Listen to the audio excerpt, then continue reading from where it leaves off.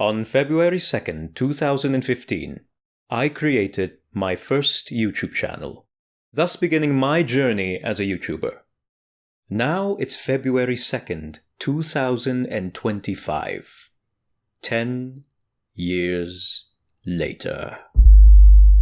And I could not believe it's been 10 years. Honestly, I could not believe. Yes, ladies and gentlemen, today, at least the date this video is supposed to be uploaded, marks the 10th anniversary of me being a YouTuber. If I said I felt old before, I am feeling old now. And it's only been 10 years! And to be honest, I don't know how to celebrate it, other than to simply acknowledge it, talk about it, and tell you what I've learned during those 10 years. I'm gonna keep it very brief though, because if we go into detail, we would be here a while, and I don't want to be here a while. So let's begin!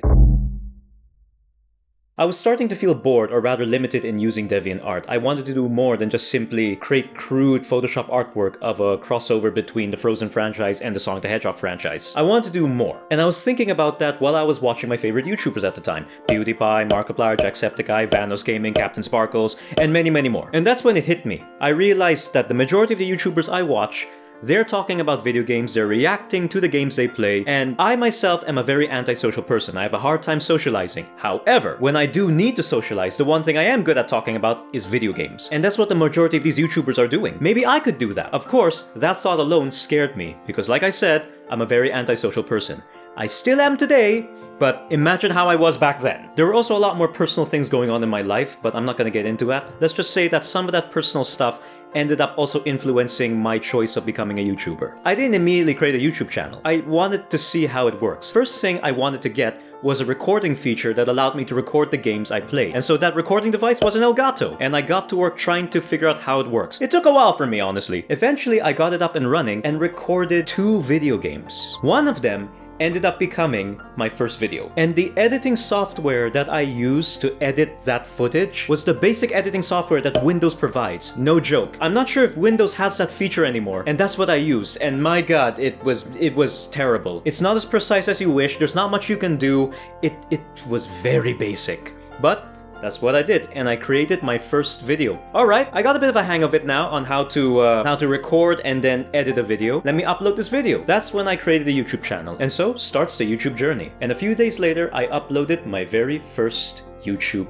video. Call of Duty Advanced Warfare Exo-Zombies. No commentary whatsoever, because I didn't have a good microphone at that time. The microphone I had at that time was the one that was attached to your headphones. You know, the ones you use in meetings? Because I didn't want to buy anything expensive yet at the time. I mean, just buying the Elgato itself was expensive for us. I was still in the ropes of what we needed to get to have a genuinely decent video. And my god, I look back at it now and you could tell that I did not know what I was doing. And that's the first thing I will tell you of what I've learned over the 10 years. When you start, you really won't know what you're going to do, really. You may have an envisionment of what you want to do, but when you actually apply the thing, you get lost. Whether being a YouTuber or any startup journey, you will feel lost. You will feel all over the place, you do not know where to go, and honestly, that is fine. Most YouTubers have gone through that, I have gone through that. It's the way how most journeys start. If you feel lost, no sweat. Here's one thing I want to point out though.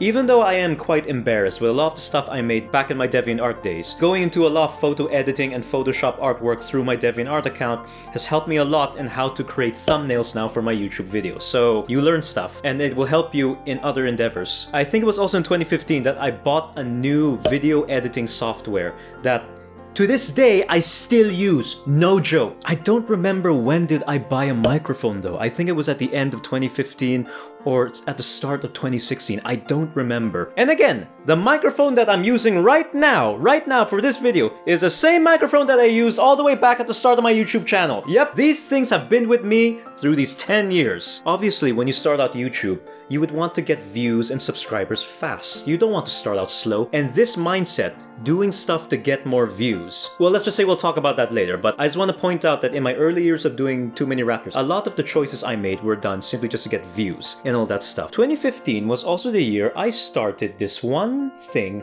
that I believe many people started to know me about, and that is the Shadow Let's Plays. The inspiration for Shadow Let's Play spawned from me watching other YouTubers imitating other video game characters. So I figured, why don't I try doing that? Why not have a popular video game character play video games in my channel?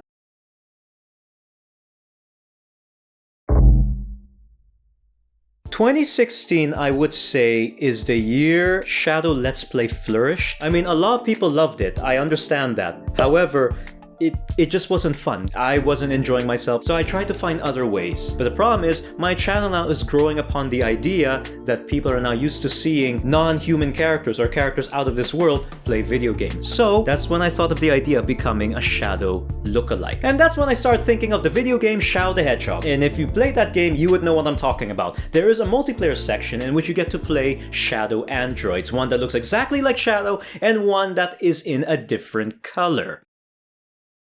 You know where this is going. I decided to shapeshift into a Shadow android. This is sort of my compromise between no longer using Shadow the Hedgehog, but at the same time still using somewhat of a Shadow the Hedgehog-like character. But of course with just me as the person. It was mostly about me being a Shadow android and Shadow being Shadow and all that stuff. And honestly, we hated it. We hated it, ladies and gentlemen. That's why next year I announced I'll be getting rid of Shadow Let's Plays. And to be honest, a lot of you didn't like it, but I loved it. It was no longer fun. Because honestly, I was talking about to many people how I hated Shadow Let's Plays and this and that. And many of them told me, this channel is supposed to be about you. Let you be the reason why people go to this channel. It's your channel. And they're right. They were right. I was already hating it, so I decided to stop. I wanted to be my own thing now, rather than use someone else's popularity just to get views. However, also other than that, I think you all know why 2017 was a very significant year for me. 2017 was a year it was revealed that I am what you see now. And since everyone now knows that I'm an eldritch freak of nature, I decided to use it to my advantage and make that the main thing about my channel. And that is when I decided that depending on the franchise of the game that I'm playing, I would take a unique form based off that particular franchise. 2017 was also the year I started my first Let's Play. And the first game I ever did a Let's Play on was Sonic Mania. And my god, I'm happy that is the case because I love Sonic Mania. And then my second Let's Play, Sonic Forces. Moving on. I honestly don't remember how 2018 was, honestly. However, I do think 2018 was also the year I revealed what is so bad about being what I am, and that is eating souls. How do I feel about it nowadays? Honestly, I don't care anymore. It's something I've come to accept. A lion needs to eat meat, a vampire needs to drink blood, I need to eat souls. I can't control that. There's a silver lining to that. What I can control somewhat, what kind of soul I will eat. I only eat filthy souls. And there are a lot of filthy souls out there, my god. Jeez, that was an eventful year. It was a year I shapeshifted into so many different things. I think you all know why. It was also the year I also emphasized a lot on my quote-unquote Disney form by doing one Let's Play that I'm glad I've done, which was Kingdom Hearts 3. Despite how divisive Kingdom Hearts 3 is, I really like number 3. It's not my most favorite Kingdom Hearts game, no, but I really like number 3. I think it was also a year I started using motion capturing. Many of you liked it, and I liked it as well, but slowly I grew to hate it because it wasn't giving me the same amount of emotional impact I usually feel in my old face cam. Oh, 2020. 2020. Okay, let's just say this. We all know how 2020 was. 2020 was also the year I decided to look back on all my previous stuff and realize how much I hate them. Honestly. And the reason why I hated them is because it's not just because they were early videos, of course they'd be crude, but it also showed just how young and immature I was back then. And now I look back at them, now older, wiser, I realize how much I hated them. I was like, oh my god. And this was like the majority of my videos, and that gave me a whole slew of anxiety because now I have this constant mental loop of, I hate this, why do people think of me more like this, and now I do more videos and this and that, why did I say this, why did I do that, why is my intro looking like that, why does my form look like that, I really was in that state of like anxiety driven, so panic driven. I was becoming a lot more conscious about every little thing. My anxiety was just growing more and more now. My mind was always in a constant mental loop of all the things I have grown now to hate over the years of myself, honestly, of myself. Basically, I was doubting and I was hating a lot of what I made, honestly, to the point where I disappeared. From the end of 2021 to the majority of 2022, I disappeared. Because I could not handle it anymore. And the reason why I didn't say anything, didn't announce it to anyone like that, was because I was in that point where if I said anything sociably, I might regret it. I didn't want to hear it from anyone. Honestly, I didn't want to hear from anyone. I didn't want to hear like, why, what happened? No. I didn't want to hear it. It would make me even more angry. I was hating everything. I was really mentally aggravated, mentally all over the place. I was a mess. It didn't look like I was a mess, but I was literally a mess. Throughout the majority of 2022, I didn't do any form of social media whatsoever. Yeah, not doing any form of social media does wonders for you, ladies and gentlemen. Honestly, it does. And during that time, I thought a lot about all what I did back then. And that again gave me a whole slew of anxiety. But someone did tell me, is that all that really happened? Are you sure all those bad stuff you say about yourself, is that the only thing you did on your channel? Do you really hate everything you've done? It took me a while to think that over, but after, let's say, maybe a few weeks, maybe a month or two, I found a silver lining. I did not like a lot of the stuff I made, especially in my old videos. A lot of them were really cringy, embarrassing, but it wasn't all that bad. I never thought I would reach this far with the kind of person I am, who's very antisocial. I never thought I would grow this much, honestly, to gain such an audience. And that's when I started thinking about all of you. From those who have been with me since the very beginning, all the way to those now during that time. A lot of you enjoyed what I did. That's when I decided to come back.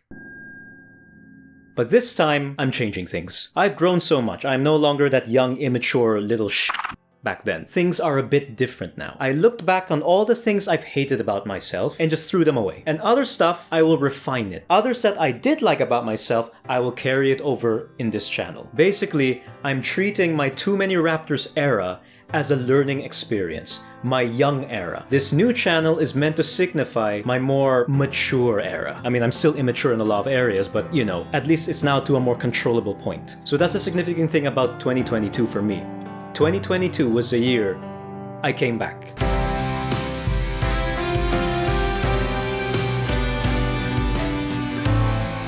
And then of course after that, after my first video, the first gaming thing I ever uploaded was a Let's Play about Sonic Frontiers. And what a great game to start off as my first Let's Play for this channel. I love that game. 2023 was a year I started to get more into the groove of the changes I've made to myself and for this channel, basically. I started to make videos that are more akin to what I see with PBG, JonTron, Kadikarus, where I just simply talk about a certain thing and make jokes along the way, basically. Oh, 2024. 2024. As a Sonic fan and as a Shadow the Hedgehog super fan, you know why 2024 is my favorite year. But we haven't reached that part yet. 2024, I also started doing the no facecam videos, in which I go further back to how I used to do things in my early days of my old channel, where I just simply play the game and you'll just hear my commentary. A lot of you don't really watch those no facecam videos of mine, but I'm fine with that. For those of you who do, you are okay with it. So yeah, whatever. But yeah, of course, we have to talk about the significance of Shadow Generations. That to me is the highlight of 2024. And watching Sonic the Hedgehog 3. Shadow Generations, man. Shadow Generations, man. I can't believe this game exists. Honestly, I became even more of a Shadow the Hedgehog fan after this, and I never thought I could be. And now we're here, 2025. 10 years later. I mean, this journey has had a lot of ups and a lot of downs, honestly. The one thing that I've definitely learned these past 10 years is that no matter what happens, keep moving. No matter how down you are in life, no matter how many things you hate about yourself, how many obstacles are in your way, doesn't matter what direction even you're taking, keep moving. Am I still getting things 100% right all the time? No, of course not. I'm learning new things. I still have anxiety over a lot of things, both having to do with this channel and within my personal life. But I'm not letting that stop me. And honestly, thank you to all of you. Thank you. Thank you to those who have been with me since the very beginning. I'm glad you still stuck around. And even those who no longer stuck around, who no longer watch my videos, thank you anyway. Thanks for being a part of my journey. And all my new fans, thanks for tuning in. You have now sold your soul to me. No, I'm joking. But no, honestly, thank you. Thank you to all of you. All of you throughout this journey. Thank you so much. All of you are part of the reason why I decided to still continue. Like I said, one of the reasons why I decided to go back is because I realized a lot of you still enjoyed the stuff I made. And that carries more weight right now because of how relevant that still is. What do I mean by that? Well, let me tell you something. You all know I started my social media journey before YouTube with DeviantArt. Do you want to know why I started a DeviantArt account?